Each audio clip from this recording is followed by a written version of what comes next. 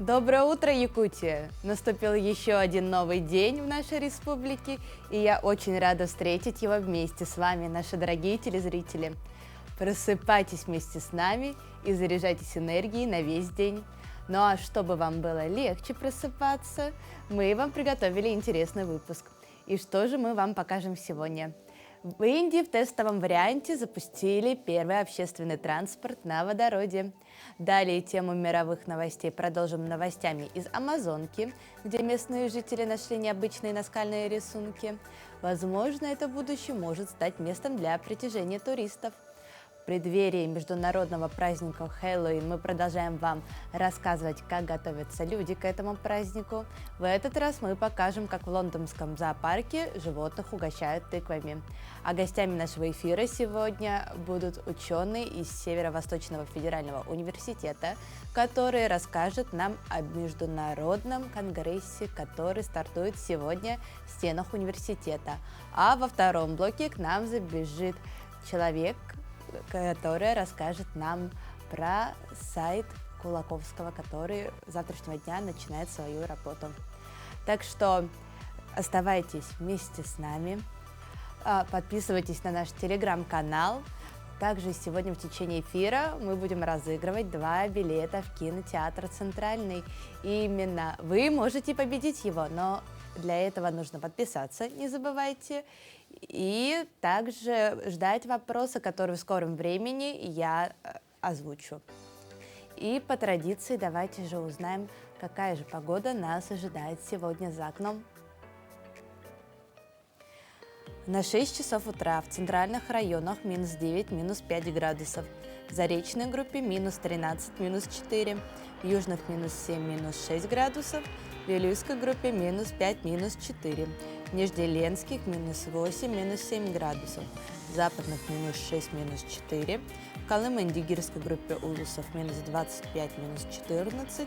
В Янских минус 26, минус 20.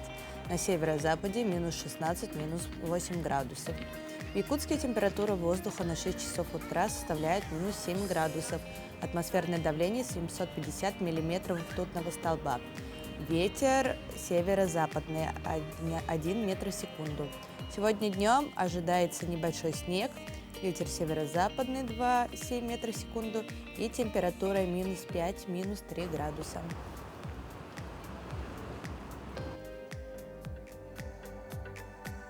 И теперь наш эфир продолжат мои коллеги из новостного блока.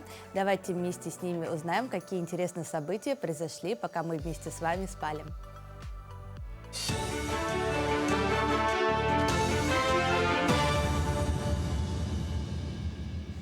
Коллеги, доброе утро. Доброе утро, Якутия. Сейчас блок новостей. Новые мелкосидящие суда доставили в Колымскую группу районов более 114 тонн продовольствия. Речь идет о поселке Зырянка и городе Среднеколымск.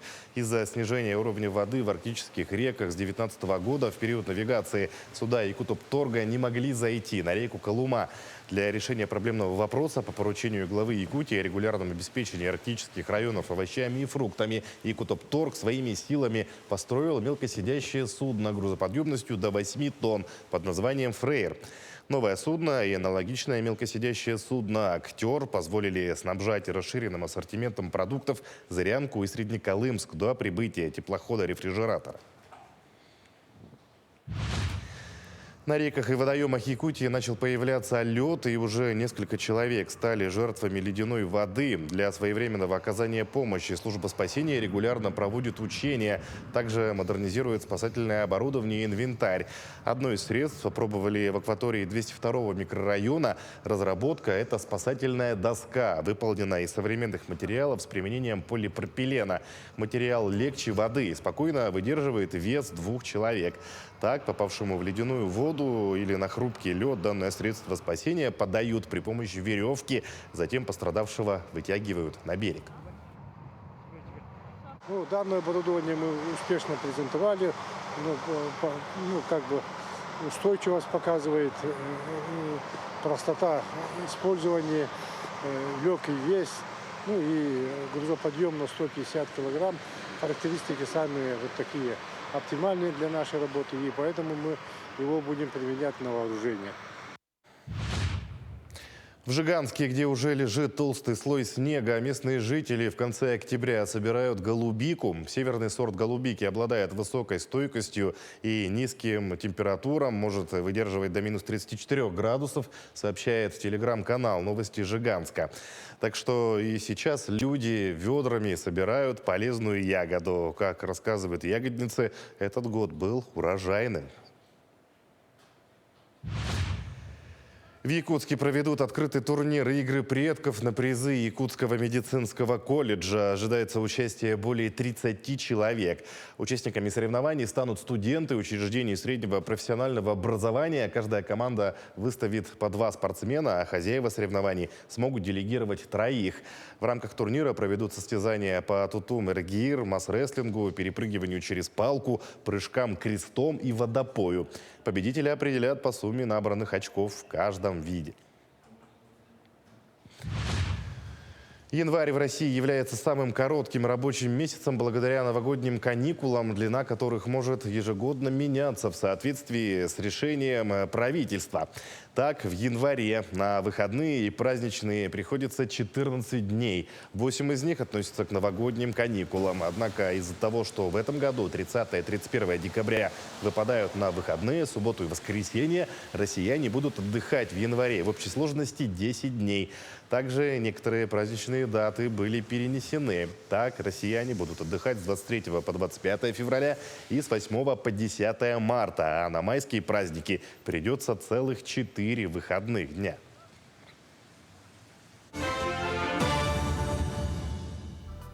И я рада вновь вас поприветствовать на телеканале «Якутия-24». Вместе с вами я, Глаголева Елизавета. И во время утреннего новостного блока ко мне в студию зашел наш гость. Так, в эти дни в Северо-Восточном федеральном университете проходит 9-й международный научный конгресс на такую актуальную тему, как проблемы физкультурного образования. И сегодня у нас в гостях Горелов Александр Александрович, доктор педагогических наук, профессор, главный научный сотрудник, заведующий учебно-научного центра кинезиологических исследований и оздоровительных технологий в Северо-Восточном федеральном университете, эксперт Высшей аттестационной комиссии Министерства науки и высшего образования Российской Федерации. Доброе утро, Александр Александрович. Елизавета. Но расскажите цель вашего конгресса. Ну, как вы сказали, сегодня дается старт 9-му международному научному конгрессу «Проблемы физкультурного образования, содержание, направленность, методика и организация», в ходе которого планируется обсудить проблемы профессионального физкультурного образования, неспециального физкультурного образования, систему подготовки учителей физического воспитания в дошкольных учреждениях, учителей физической культуры в школах, преподавателей физической культуры, тренеров по спорту, менеджеров по спорту, специалистов по профессионально-прикладной физической подготовке, оздоровительной и адаптивной физической культуры. Собирается достаточно большое количество людей, которые, значит, прибыли из различных регионов. Москва, Санкт-Петербург, Белгород, Курск, Воронеж, другие регионы, и где будут обсуждаться проблемы подготовки специалистов в сфере двигательной активности человека. А почему именно тему эту вы выбрали? Ну, вы понимаете, тема достаточно серьезная, а проблемы физкультурного образования, истоки ее начинаются еще в XIX веке, когда стал вопрос подготовки учителей гимнастики для армии, для флота. В Советском Союзе были открыты в начале 6 вузов физической культуры. Сейчас в нашей стране работают 15 физкультурных вузов. Очень много проблем. Образование дефрагментируется. Значит, есть проблемы с медико-биологическим блоком, социально-психологическим. Поэтому мы, обсуждая эти проблемы, будем создавать определенные направления совершенствования этого физкультурного образования. Ну, в частности, неспециального и профессионального физкультурного образования. Ну, а сколько ожидается участников? Более 800 человек. Вот сегодня пленарное заседание, на котором будет присутствовать 600 человек. А в принципе, если мы будем брать секционные заседания, круглые столы, мастер-классы, то это будет примерно где-то подходить к 1000 человек, которые примут участие в нашем конгрессе. Да, это достаточно серьезный конгресс. За нами наблюдают не только в нашей стране, вот, очень заинтересованы специалисты из Китая, Монголии, вот, из Казахстана, поэтому конгресс будет очень интересным.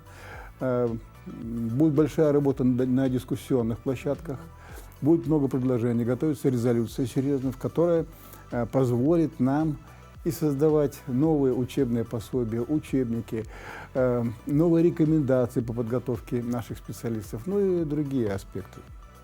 Какие вообще проблемы есть в физкультурном образовании именно сегодня? Очень много проблем, ну, в частности, проблемы понятийного аппарата. Допустим, вот само слово «физическая культура», которое к нам пришло в нашу страну в начале 20 века, имеет очень множество понятий. Да? Это и состояние, это и процесс, это и социальное явление. Дальше сам термин «физкультурное образование», он достаточно долго приходил к своему вот теперешнему осознанию. Вначале это было физическое образование, гимнастическое образование, физкультурное. А сейчас мы уже на этом конгрессе будем принимать решение о том, чтобы называть уже не физкультурное образование, а профессиональное образование в сфере двигательной активности. Потому что мы будем говорить об подготовке тренеров по спорту, это уже не физическая культура. Подготовке специалистов по оздоровительной физической культуре. Адаптивность, то есть адаптивная физическая культура – это двигательная активность людей с ограниченными возможностями. У нас много людей, которые имеют ограниченные возможности, и здесь физическая культура играет роль социальной адаптации людей к обществу. И эти все вопросы мы, конечно, будем решать. А кто является учредителем? Ну, учредителем 2 человека является. Вот в 2009 году это заслуженный деятель науки, заслуженный работник физической культуры, заслуженный тренер Пельменев Виктор Константинович, доктор педагогических наук, профессор, директор Высшей школы физической культуры Балтийского федерального университета, ну и ваш покорный слуга. Вот 14 лет назад мы провели первый конгресс, и вот фактически ежегодно в различных регионах страны мы проводим этот конгресс. Следующий конгресс будет в Калининграде, 10-й конгресс. Ну а сегодня вот очень важная дата, это 100-летие физкультурного движения в республике Саха-Якутия, и заинтересованность того, чтобы мы именно в этом регионе, в регионе с экстремальными факторами природной среды, разработали новые подходы к двигательной активности детей, школьников, взрослого населения, пожилых людей. За этим очень большое будущее, которое ведет к тому, чтобы люди, проживающие на территории России, были здоровы, были активны и успешно выполняли свою работу. А вот заканчивая наш уже диалог, потому что время у нас очень быстро всегда проходит, что будет по итогам этого? По итогам сейчас мы подготовили очень серьезную резолюцию, где будут рекомендации. Первое, по курсам повышения квалификации специалистов, по переподготовке специалистов, по разработке программ дошкольного образования, физкультурного, школьного и так далее. Будут рекомендации по разработке индивидуальной двигательной активности человека, ну и многие другие вещи, которые, в принципе, уже выливаются через наших сборников, в котором более 1000 статей. И, естественно, рекомендации по изменению нашего конгресса в плане его двигательной активности. Александр Александрович, спасибо вам большое.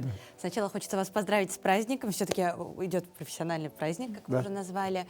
И вам хочется пожелать, конечно же, кроме того, что будет удачный день сегодня у вас, и вообще, чтобы у вас на конгрессе все прошло удачно, было много интересных проектов и много интересных научных статей, которые можно добавить в сборник.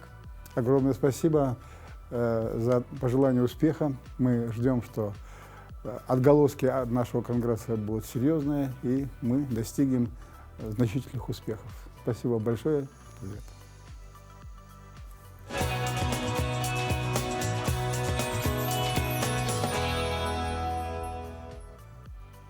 Ну а мы продолжаем наш эфир, и давайте же узнаем, какие знаменательные даты и события сегодня отмечаются на календаре 26 октября. На календаре 26 октября. Сегодня отмечается День приятных неожиданностей. По народному календарю православные люди в этот день отмечают праздник в честь Иверской иконы Пресвятой Богородицы, которую именуют также Вратарницей или Привратницей. Икона почитается как чудотворная. Ее оригинал, написанный по преданию евангелистом Лукой, хранится в Иверском монастыре на горе Афон в Греции.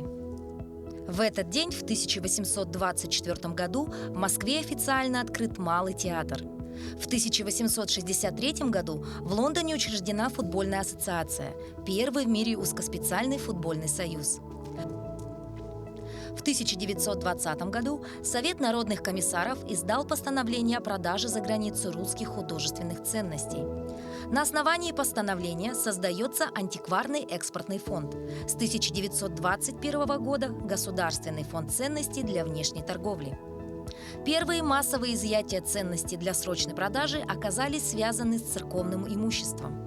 В 1955 году на территории Южного Вьетнама создана Республика Вьетнам со столицей Сайгон. В этот день родились Доменико Скарлатти, итальянский композитор и клавесинист; Василий Верещагин, русский живописец и литератор; Андрей Белый, русский писатель, поэт и критик; Наполеон Хилл, американский философ и писатель; Франсуа Миттеран, французский политический деятель, 21-й президент Франции; Владимир Железняков, советский детский писатель, кинодраматург, заслуженный деятель искусств России; Владимир Кашпур, советский российский актер театра и кино, народный артист РСФСР. Известен зрителям по работе в таких картинах, как «Командир счастливой щуки», «В огне брода нет», «Холодное лето 53-го», «Роковые яйца» и многие другие. Игорь Масленников, советский и российский кинорежиссер, сценарист, народный артист РСФСР. Дмитрий Сычев, российский футболист, заслуженный мастер спорта России. Именины в этот день отмечают Вениамин, Иннокентий, Карп, Никита, Николай и Трофим. Доброе утро всем и тем, кто присоединился к нам. Сейчас настал тот самый момент, который ждут многие наши телезрители, а именно розыгрыш билета в кинотеатр.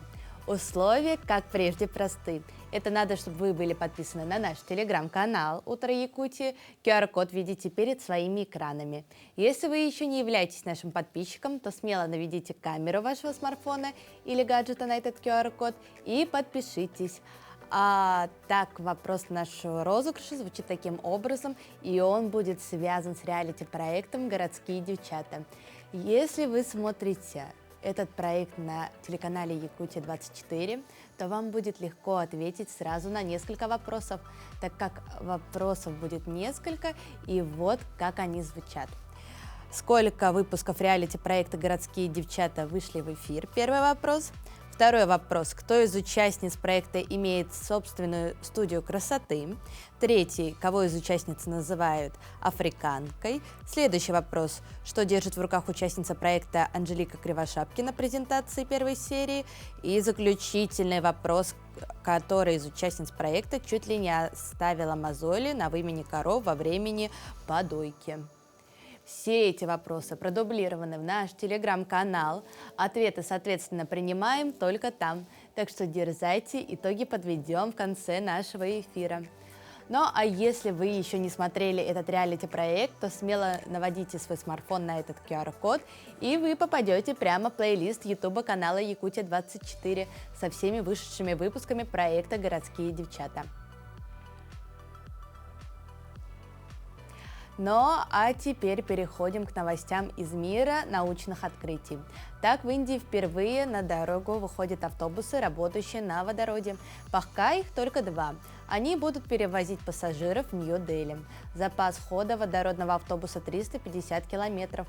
На полную заправку требуется чуть больше 10 минут. 2 автобуса должны в совокупности проехать 3000 километров.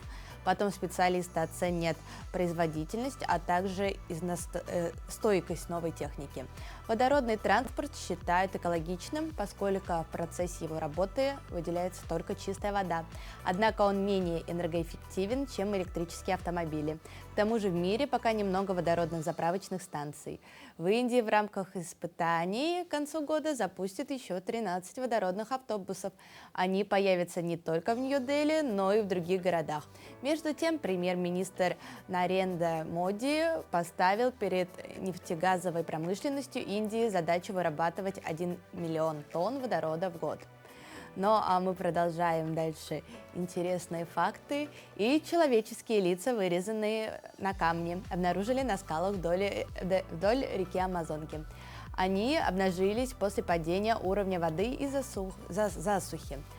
Наскальным рисункам примерно 2000 лет. Такие рисунки замечались и раньше, но теперь их стало значительно больше. Это поможет археологам установить их происхождение. На одном из участников скалы видны гладкие борозды. Исследователи предполагают, что их делали коренные жители для заточки стрел и копий еще задолго до прихода европейцев. Эта находка проливает свет на жизнь самых ранних жителей этого региона, которая пока остается относительно неизученной. Ну а мы продолжаем тему Хэллоуина, потому что скоро Хэллоуин. Не съедят, зато порезвятся. В преддверии Хэллоуина тигриная семья в лондонском зоопарке обнаружила в своем вольере целую коллекцию из тыквенных фонарей. Тигры не любители, конечно, тыквы, но эти оранжевые фонарики привлекают их неспроста. От кожуры пахнет корицей и мускатным орехом. Этот аромат очень нравится хищным кошкам. А вот в соседнем вольере все как в замедленной съемке. Здесь живут 3 сестры черепахи – Полли, Долли и Присцилла.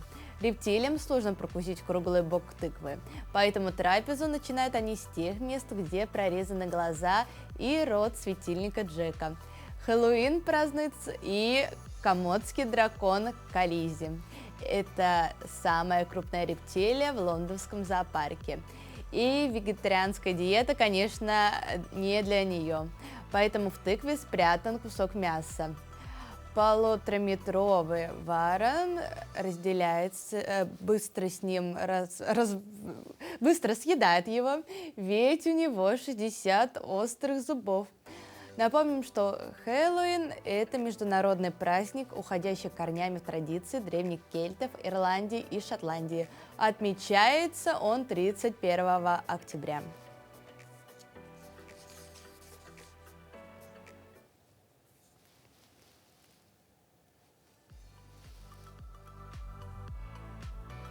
Вице-президент Ассоциации полярников России Алексей Логовинов на парусно-моторной яхте «Елизавета» обогнул Землю и завершил кругосветное путешествие длиной на 2200 дней. На кадрах, снятых в период 2019 по 2023 год, путешественники преодолевают ледяные препятствия и приплывают рядом с дельфинами и моржами. Путешественник показывает каюту яхты. Алексей – выпускник Арктического факультета Питерского высшего инженерно-морского училища имени адмирала Макарова. В советское время он 10 лет поработал в океанической сфере, а после перестройки вынужденно ушел в финансовый менеджмент. Однако любовь к морским путешествиям никуда не ушла. И несколько лет назад Логинов вместе со старыми друзьями начал ходить под парусами между островами.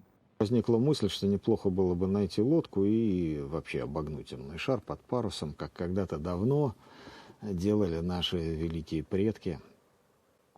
И эта идея так вот долго крутилась и, наконец, даже оформилась в еще более сложную идею. Сделать не просто кругосветное путешествие, а максимально сложное кругосветное путешествие под парусом, то есть через Антарктиду и Северный морской путь. На всю экстремальную кругосветку Алексей закладывал год-два, но на всем пути мореплаватели сталкивались с гигантскими трудностями. Летом 2017 года Логинов уже на своей яхте прошел первый этап от Красноярска до Санкт-Петербурга.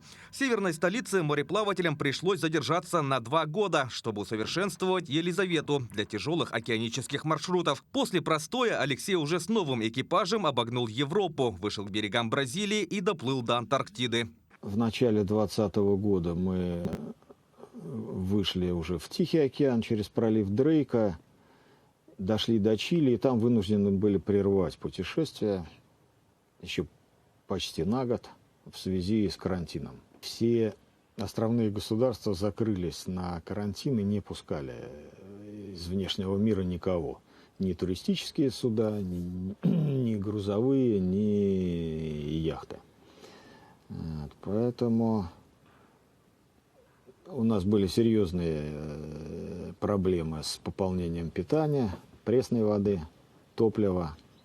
Но как-то, в общем, справились. В тяжелых ковидных условиях яхта прошла изматывающий путь по Тихому океану до Фиджи. Затем отправилась к Курильским островам и до Петропавловска-Камчатского. Замкнуть круг в родном Красноярске получилось лишь спустя 6 лет после старта. Огромное удовлетворение от того, что так много людей, которые мечтали об этом, прикоснулись к своей мечте, смогли поучаствовать, смогли пройти, смогли преодолеть свои внутренние какие-то трудности и проблемы. За всю экспедицию через лодку прошло больше 50 человек, а полный маршрут одолели только Алексей и его помощник Павел Павлов. После изнуряющей кругосветки Логинов уже планирует будущие маршруты на другом судне. Елизавету он хочет передать в хорошие руки, чтобы сделать из нее учебное судно для подрастающих мореплавателей.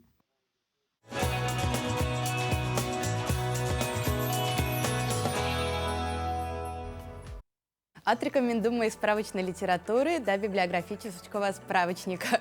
Такой исторический путь прошло издание «Имена на улицах Якутска». А это почти полвека.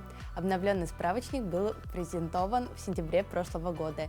И за короткое время успел стать участником Дальневосточной книжной выставки «Печатный двор-2023», дипломантом на Моргенштернских чтений, а также лучшей издательской продукции межрегионального конкурса «Душа хранит». Об уникальном издании сотрудников централизованной библиотечной системы расскажет Катерина Винокурова. Сегодня мы неспроста находимся на улице Ларионова, где расположилась известная в городе смарт-библиотека. Улица имени Ларионова названа в честь выдающегося академика Российской академии наук Владимира Петровича Ларионова. А знаете ли вы, чье имя носит улица, на которой живете вы? Теперь всю подробную информацию вы можете найти в 4-томнике «Имена на улицах Якутска», которую выпустили сотрудники библиотечной системы нашего города.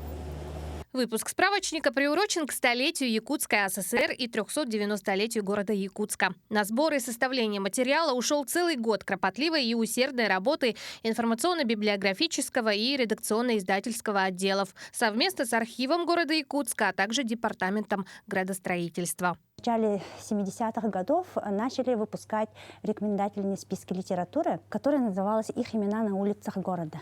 И у нас сохранилось, например, первый выпуск 1975 года, которая была по улицам Крупской и проспекту Ленина. И вот с этих самых времен начали работу именно по краеведческой библиографии. В начале 2000-х эту работу возобновили. Первый выпуск справочника «Имена на улицах Якутска» выпустили в 2002-м. Следом в 2004-м вышел второй, в 2017-м – третий. Ну а перед нами уже объединенный ранее вышедшими выпусками всеми знакомый справочник с обновленными данными. В 2020 году в конце мы уже начали задумываться и решили, что все-таки надо издать 4-й выпуск, потому что старые, первые выпуски, они, устарели, да? Они не отвечали, во-первых, новому ГОСТу, и, во-вторых, у нас появились очень много других улиц с именами личностей, да, известных. В первых выпусках этих улиц пригородных населенных пунктов не было. Поэтому мы решили включить и городской округ, также решили включить переулки, раньше переулков не было, и начали работу. Справочник состоит из 2 основных частей – улицы и переулки города. Всего вошло 234 наименования, 195 улиц и 39 переулков. Помимо биографических сведений в справочнике даются краткие исторические об улице, дата присвоения имени лица улицы и библиографический список. В ходе работы по составлению и сбору материала библиографы нашли немало любопытных фактов. Мы поняли, что в нашем городе всего 7 улиц носят имена женщин. Всего 7. Также получилось так, что мы узнали, что были, оказывается, улицы, которые раньше были, потом исчезли, потом заново появились. Есть улицы, которые исчезали совсем. Библиографический справочник «Имена на улицах Якутска» доступен и в электронной версии на сайтах Централизованной библиотечной системы Якутска и Национальной библиотеки Якутии. Год назад я ездила в Тикси на свою родину и открывала им наш портал «Мой Якутск», и опять-таки показывала, что вот имена, вот, ну, в общем, продукцию нашей ЦБС им рассказывала. И они были очень довольны, потому что очень много интересного на этом портале находится. В этом вот вся прелесть работы библиографов для вот пользователей. Ага. Поэтому этот библиографический справочник, в каком бы он виде ни был, он всегда полезен пользователям, людям, которым нужна эта информация, которые в этой информации нуждаются. Ну и в части содержания, конечно, это наша история, которую мы должны сохранять, передавать нашим детям. Это тоже очень важно в нашей работе. Наше уважительное отношение к истории города запечатлено именно в таких вещах, как название улиц. Это необходимо помнить и продолжать изучение, чтобы наши дети в будущем могли знать и гораздо глубже изучать историю родного города. Катерина Винокурова, Павел Пахомов, Якутск. Доброе утро! Недавно в нашей республике отметили День матери и День отца. Так получается, что, к сожалению, не все дети произносят эти слова. Но у них есть такой шанс обрести семью, маму, папу. И далее наша благотворительная рубрика «Пусть мама придет». Знакомьтесь, Алексей. Ему 12 лет. Алеша добрый, спокойный и открытый мальчик. Его главное увлечение – лепка из пластилина. Алеша, а расскажи, что ты делаешь? Я? Вот это? Да. Оленя. Оленя делаешь? А что ты еще сделал там вот у тебя? Сиреноголовые, цыпленка, еще мишку, лиса, волк, еще летущая мышка, снегурочка, еще паук, еще лошадь, тюлень, и еще 2 подарки и печеньки с тарелкой. Это ты сам все делаешь, вот придумываешь, да? Да. Алеш, а в школе как ты учишься, расскажи? 5 и 4. 5 и 4. Молодец какой. А какие у тебя любимые предметы в школе? Любимые чтение и математика, и русский язык. Очень трудолюбивый мальчик, он очень хорошо учится, он ударник. По основным предметам у него твердые 4. Поведение очень хорошее. Он со всеми дружит, со всеми всегда находит общий язык. Хороший мальчик. Еще он очень любит лепить. Эти идеи у него как-то сами собой как-то получаются. Вот он придет что-нибудь в голову, он говорит: «Леди Ивановна, дайте, пожалуйста, пластилин. Мне вот хочется полепить». И вот он делает эти картины, они как-то сами собой получаются. Еще рисует хорошо, раскрашивает. Всегда принимает участие во всех мероприятиях, с удовольствием все выполняет. Учителя всегда хвалят, что он прям поведение у него, и учится хорошо. И также здесь все хорошо у него. Мальчик хороший. Всегда открывает двери, прям ухаживает за воспитателями, дожидается и помогает, и тебе курточку накинет. Отзывчивость и дружелюбие Алексея отмечают все. У него много друзей. И всем хочется, чтобы Алеша обрел семью.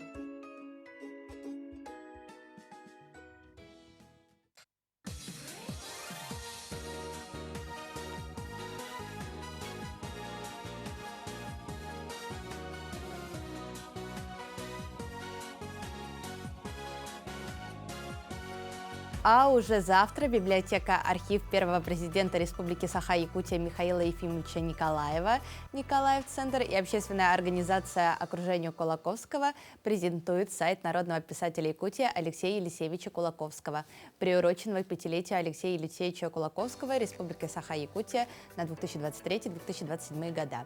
И более подробно об этом мероприятии нам сейчас расскажет гость студии. Это Юрий Иванович Семенов, руководитель библиотеки архива первого президента Республики Саха-Якутия Николаева-центра. Юрий, доброе утро. Доброе утро. Расскажите, пожалуйста, об идее сайта. Да, у нас эта идея зародилась у Михаила Ефимовича Николаева, первого президента нашей республики.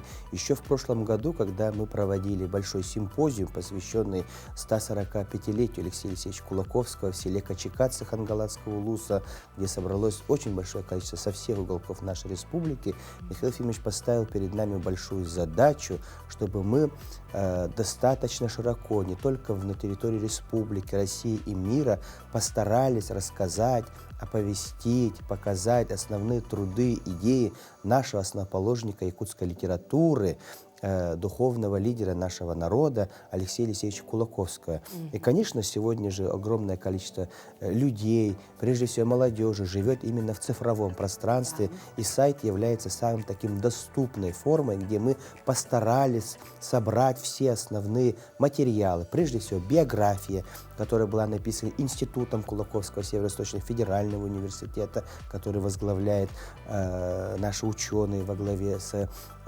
Проской Васильевной Сивцевой-Максимовой, и помогла в этом нам Дарбасова Светлана Дмитриевна. И там фильмы, есть очень большое количество разных документальных фильмов, посвященных жизни и деятельности Алексея Алексеевича Кулаковского, и много большого количества материала. И, конечно же, в этом деле нам очень помогли окружение Кулаковского. Это такое большое движение, которое возглавляет удивительная женщина Сарглана Александра Неустроева. И вот благодаря вот всему нашему большому сообществу, во главе с нашим первым президентом, мы смогли создать такой уникальный сайт, который мог бы достаточно подробно показать, представить всем, кто хочет познакомиться с Якутией, с его интеллигенцией, с его одним из самых главных духовных отцов нашей республики, Алексеем Алексеевичем Кулаковским. Это сайт Алексея Алексеевича Кулаковского, адрес очень простой, kulakovsky.rf, где каждый педагог, учитель, любой читающий, думающий человек может зайти и посмотреть, и он в открытом доступе. Там Сегодня готовится третий том издания о Алексее Алексеевиче Кулаковском. Расскажите о его содержании. Да, вот это очень большой аспект вообще работы именно по сохранению, приумножению интеллектуального наследия, духовного наследия Алексея Алексеевича Кулаковского. И вот в нашем Северо-Восточном университете, благодаря Евгении Савне Михайловой, когда она была ректором, и сегодня ректор Анатолий Николаевич поддерживает чисто на средства университета вот такой институт, который занимается фундаментальным изучением наследия Алексея Алексеевича Кулаковского. И вот благодаря поддержке правительства республики Арсения Сергеевича выходит третий том, который посвящен вот тем архивным документам, которые были собраны этим институтом с разных уголков нашей России, в том числе республики Саха-Якутия, где вот представлены основы вот его литературного наследия, представлены основы вот и основополагающих его идей, и они вот в комментарии с ведущих научных, скажем, не только ученых нашей республики, но и России, который в будущем даст и позволит нам не просто исследовать, а опираться на вот таких трудах. Готовится еще несколько томов. Почему нам надо было важно сказать об этом и обратить это? Потому что именно только на основе научных трудов, научных исследований опирается все развитие. В космос летают на основе инженерной науки, машины, мосты, все на основе науки. И в изучении интеллектуального духовного наследия людей также на основе науки. Поэтому первостепенным является именно вот основа научных трудов. Поэтому я сегодня останавливаюсь именно на этом вопросе, чтобы и правительство нашей республики, и университет «Колыбель» нашей якутской интеллигенции, и вообще сообщество обратило на это большое внимание. Я обращаюсь к крупным предприятиям и организациям, чтобы они оказывали всякую возможность нашему институту Кулаковского при Северо-Восточном федеральном университете, чтобы они финансировали их программы издания, исследований, выходов таких научных трудов, которые бы рассказывали о нашем народе прежде всего и позволили бы мировому сообществу представить такого уникального человека, как Алексей Алексеевич Кулаковский, который самым достойным образом представляет наш народ, народ Саха, единство наших народов Якутии. Именно в его трудах раскрывается удивительная формула жизни и развития нашей республики. Юрий Иванович, еще же, как нам известно, готовится короткометражный фильм о Кулаковском. Да. Кто же режиссер и о чем будет этот фильм? Да, это тоже идея Михаила Ефимовича Николаева, который также говорил, надо сегодня в доступной форме, в новом виде представить, кто такой Кулаковский, прежде всего для молодежи. Поэтому он тоже выбрал небольшой формат, короткометражный, вот, чтобы мы в широком интернет-пространстве тоже могли бы выложить. Режиссером этого короткометражного фильма является Иван Семенов, молодой такой наш режиссер якутский. Работает достаточно большое количество людей. Здесь нам очень помогает Таткинский район, опять же Институт Кулаковского. И, конечно, очень большую роль в этом играет Анна Семеновна Захарова, которая работает в нашем Николаев-центре. И сценарий они вместе со Светланой Дмитриевной делали. И мы очень надеемся, что в этом году мы этот короткометражный ролик, даже, можно сказать, не прям фильм, да, но он выйдет на просторах нашего телевидения, интернета, и наша молодежь прежде всего сможет ознакомиться с биографией, ключевой идеей, проблемами, чаяниями, которые ставил Алексей Алексеевич Кулаковский перед нашей, прежде всего, интеллигенцией и будущими поколениями, чтобы наш народ жил, развивался, несмотря на все трудности нашего Северного края. Юрий Иванович, спасибо вам большое за то, что вы занимаетесь таким интересным и очень важным делом, да, потому что возрождаете, конечно же, нашего писателя. Вам удачного дня и хорошего настроения. Спасибо. А сейчас мы дадим слово нашим коллегам.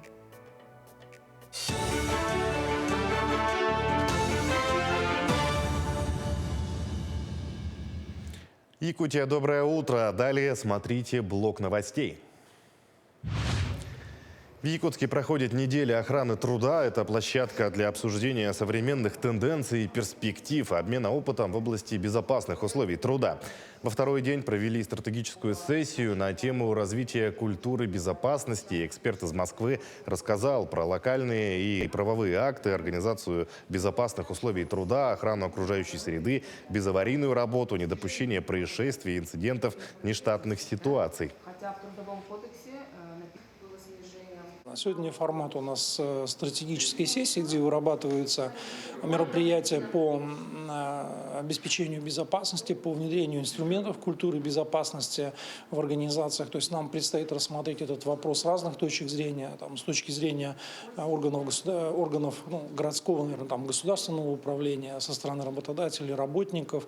Вот. Три стороны. Я думаю, что это будет очень такой плодотворный, очень интересный день в работе.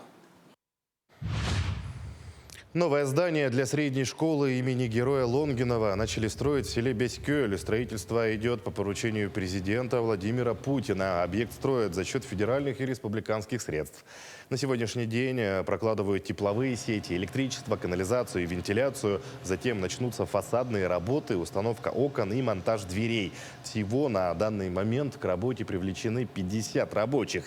Завершены благоустройство, монтаж ограждений и отделка. Школу полностью укомплектуют мебелью и учебно-лабораторным оборудованием, компьютерами и интерактивными досками. Также по проекту построят актовые и спортивные залы, библиотеку, столовую с пищеблоком, медкабинет и административные помещения. В Атамайской средней общеобразовательной школе на данный момент учатся 122 учащихся. Старую школу снесли, и на место нее на данный момент строится школа на 150 мест. И сейчас дети учатся в приспособленном здании. Все туда поместились в одну смену, и горячим питанием обеспечено. В Якутии продолжается прививочная кампания. На данный момент вакцину получили 35,5% населения региона.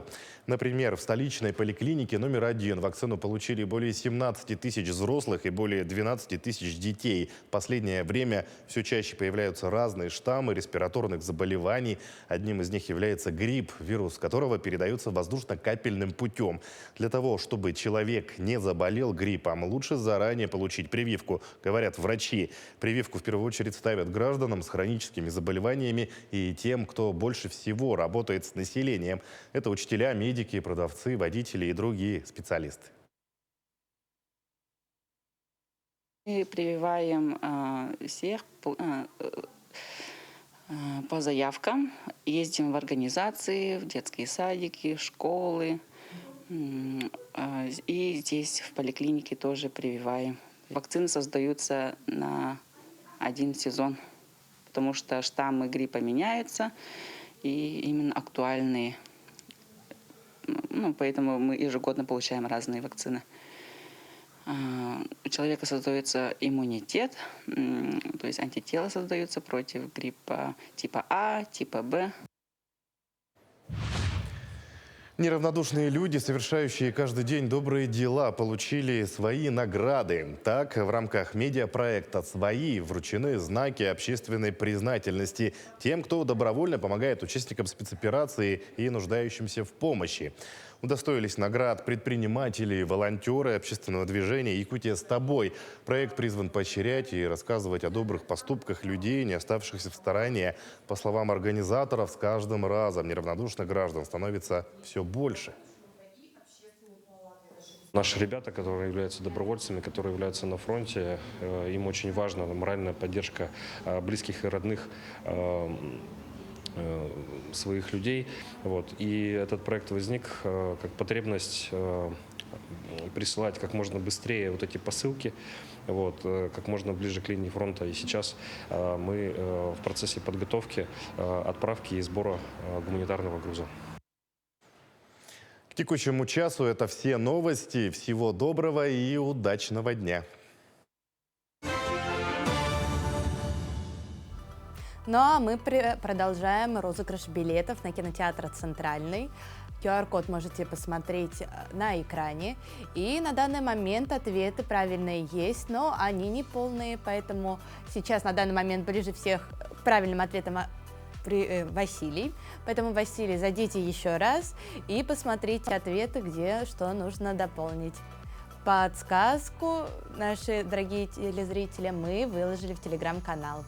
А мы продолжаем наш эфир и приветствуем тех, кто к нам присоединился. Ну а тех, кто смотрит наш эфир с самого начала, я хочу напомнить, что после нашей рубрики «Киноафиши» мы подведем итоги нашего розыгрыша. А сейчас давайте посмотрим, какие же афиши.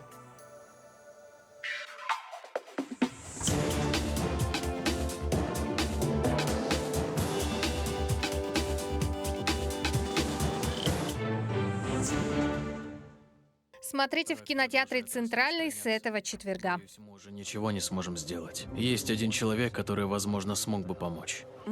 До того, как стать ужасным конструктором, инженер Джон Крамер был простым семьянином. Но у его жены случился выкидыш, и пара развелась. Неудачная попытка суицида заставила Джона поверить в ценность жизни. И этот вывод он решил донести до людей при помощи изощренных пыток. 10-я пила по фабульной хронологии располагается между первой и второй частями и рассказывает о том периоде Крамера, когда у него диагностировали рак. И он обратился к врачам, пообещавшим исцелить его при помощи новой методики. Попытка оказалась банальным надувательством ради денег, но как же не повезло мошенникам. Киносериал «Пила» считается одной из самых кассово успешных хоррор-франшиз. Немалая доля ее популярности кроется в завороженности все новых пыточных ловушек, которые придумывает конструктор. Роль последнего, кстати, в 10-й части вновь сыграл Тобин Белл. Достаточно мести. Это пробуждение.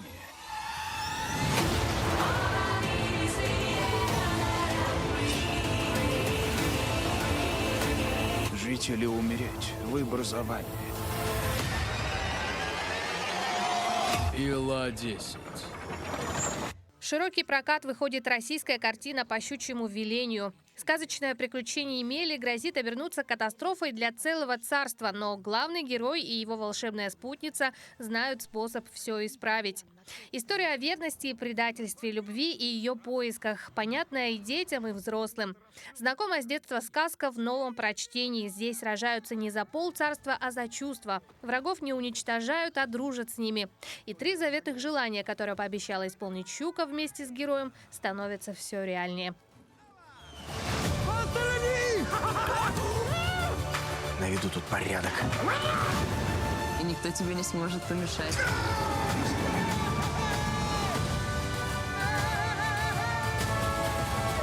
Принесите мне холодцу и... Чего?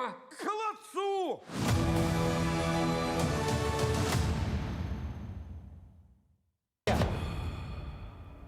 Они все хотят меня убить.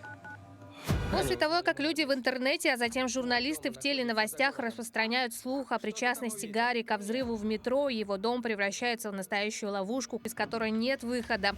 Угрозы и оскорбления быстро сменяются попытками вторжения. Брошенный друзьями и родственниками, главный герой оказывается один против всех. Ему нужно пережить эту ночь в самом опасном доме в мире и найти способ очистить свое имя от ложных обвинений. Тебе конец, Гарри. Без помощи. В самом опасном доме в мире. Я здесь! Попался. Дом-ловушка. Он здесь, среди нас. Сюжет британской ленты «Лукавый» расскажет о семье, которая переезжает из шумного города в уютный городок, Полночное солнце взойдет. где все друг друга знают и готовятся встретить овеянный легендами языческий праздник. В самый разгар торжества исчезает дочь, но, кажется, никто не спешит ее искать. Где-то глубоко в чаще леса оживает черный храм. Днем и ночью там пылают костры, и под шепот верных адептов пробуждается он, Лукавый. А самых юных зрителей кинотеатр «Центральный» приглашает на 3-ю часть анимационного приключенческого фильма «Тролли», где по сюжету тролль Бренч воссоединится со своими братьями, участниками музыкальной группы Brozone. Братаны! Это будет крутейшее воссоединение всех времен! Братаны 2.0! Братаны снова вместе! Братаны, пора собраться! Куда-то пропастились! Не знаю, но мы... Специально для триквела Джастин Тимберлейк воссоединился с группой NSYNC, а в качестве саундтрека прозвучит первая за 20 лет песня коллектива Better Place. А что это за кнопка такая? Ты про кнопку улет? Держусь из последних сил, чтобы ее не нажать. Нажимай.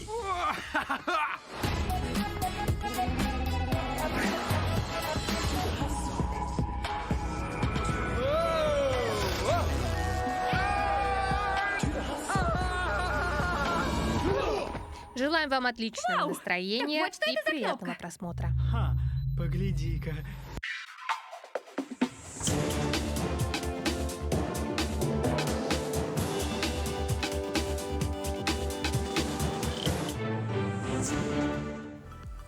Но у нас продолжается розыгрыш. К сожалению, на данный момент сейчас ни один человек не дал правильный ответ, поэтому после выпуска розыгрыш также будет продолжаться. И, конечно же, итоги розыгрыша вы узнаете в телеграм-канале, поэтому QR-код, ссылка на экране.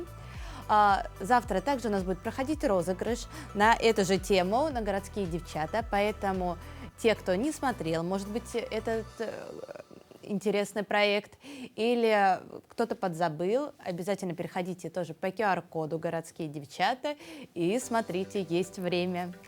Но а наш эфир подходит к концу. Хочется, конечно, процитировать одну прекрасную песню. Мы желаем счастья вам, счастья в этом мире большом, как солнце по утрам, пусть оно заходит в дом. И, конечно, давайте напомним, какая у нас погода сегодня будет в Якутске. В Якутске температура воздуха на 6 часов утра минус 7 градусов. Атмосферное давление 750 миллиметров ртутного столба. Ветер северо-западный 1 метр в секунду. Сегодня днем небольшой снег, ветер северо-западный 2,7 метра в секунду. Температура минус 5, минус 3.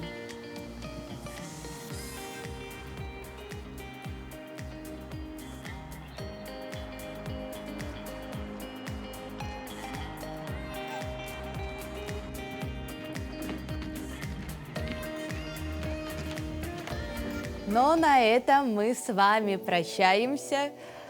Подписывайтесь на телеграм-канал. Завтра встретимся уже в это же время, на этом же месте. Всего доброго, хорошего дня.